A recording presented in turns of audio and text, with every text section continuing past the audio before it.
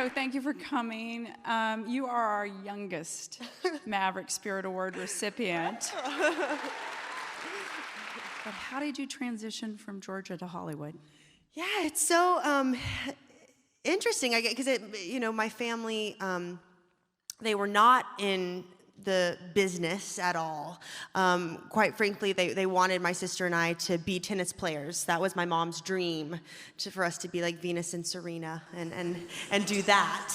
And obviously my sister, she's 4 years older than me, and she came first. And my mom put her into tennis and a bunch of other things, gymnastics, dance, all these, and a play camp as well, putting on these little shows. And she was quite young then. She was about 5, but she hated tennis, didn't really like doing anything else, but she told Mom she really seemed to respond to the plays. She could memorize the lines really well, and just was very comfortable on stage, because it is a daunting thing. It's like being here, there's a ton of faces like looking at you, so you have to, to have that ease is something that my sister, she had that. And then she got I Am Sam, the movie, which was when she was 6. That was the first movie that she did.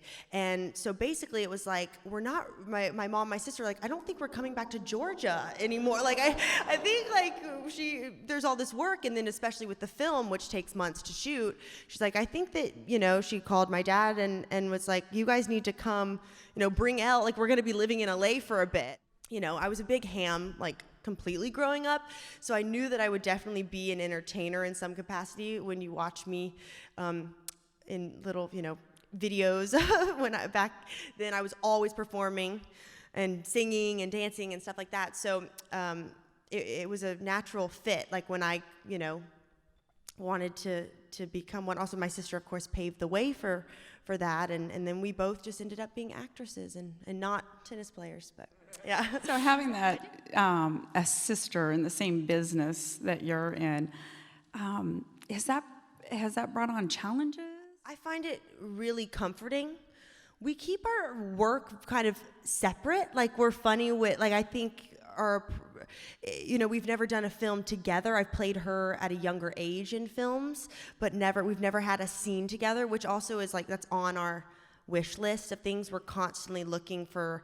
That great friend role or great sister part to do together. That would be something that, like, would be extremely special to us to share that. So I went to school and, went to all my proms and parties and got that whole life. Like, and all of my friends are from school, which is, I think, also important. I worked with Nicole Kidman. I've worked with her twice, and she was someone who really was a big advocate for having a life outside of, movies. And like, that's also how my family works. Like, we don't talk about movies like all the time. It's like, yeah, it's a job that, we do, and it's work, and it's imaginative, and I look at it as a form of play, and you get to create something and have these films that, it's like live on screen always. Like, it's just a moment in time that's so special to me.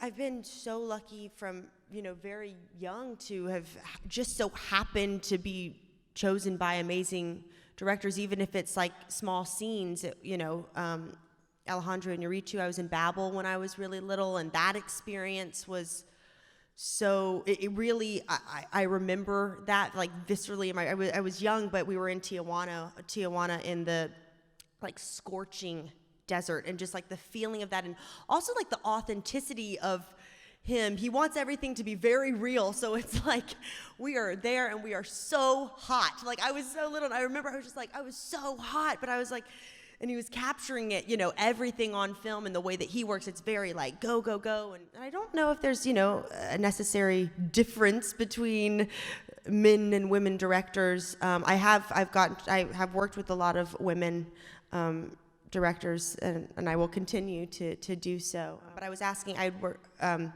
just finished working with Sally Potter, and we had done a movie called Ginger and Rosa before the last one we just did. And that movie was definitely changed me working with her. Doing Ginger and Rosa changed me as a person, and it changed me as an actress.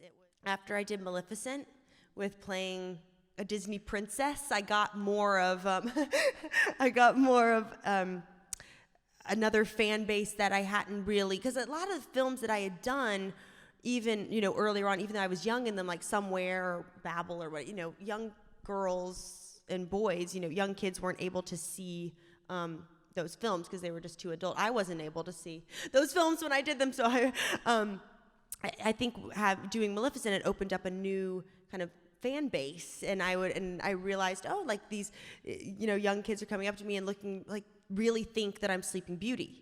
You know, like I was like, whoa, like this. It was very different, and you feel there's no way that you can't feel that kind of that weight of responsibility on it. I think that because my family also were in sports, and we are huge sports fans.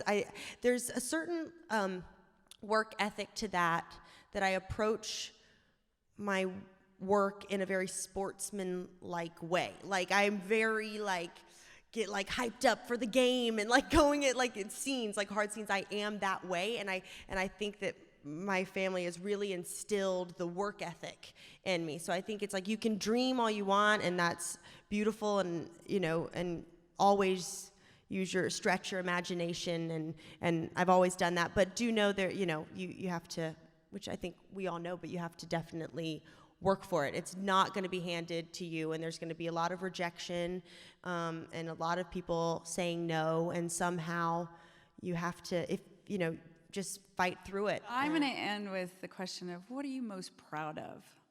Ooh, that's a hard one. I think I've stayed true to myself through everything. I've never, I never have wavered, and also this is an industry where everyone always is trying to change you all the time. I mean, I'm here like in this, you know, dress that I don't think other 20-year-olds probably would wear.